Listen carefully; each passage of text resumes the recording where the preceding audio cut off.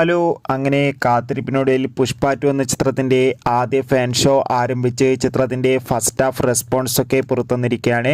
ആ ഒരു അപ്ഡേഷനാണ് ഇന്നൊരു വീഡിയോ ഭാഗത്ത്. വീഡിയോയ്ക്ക് മുൻപ് വീഡിയോ ലൈക്ക് ചെയ്യുക, ചാനൽ സബ്സ്ക്രൈബ് ചെയ്യാൻ വേണ്ടി ശ്രമിക്കുക.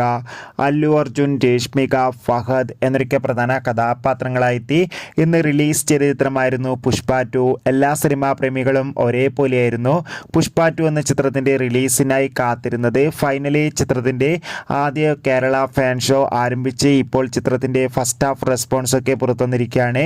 ചിത്രത്തിൻ്റെ ആദ്യ പകുതി തന്നെ ചിത്രത്തിന് മികച്ചൊരു പോസിറ്റീവ് റെസ്പോൺസാണ് നേടിക്കൊടുത്തിരിക്കുന്നത്.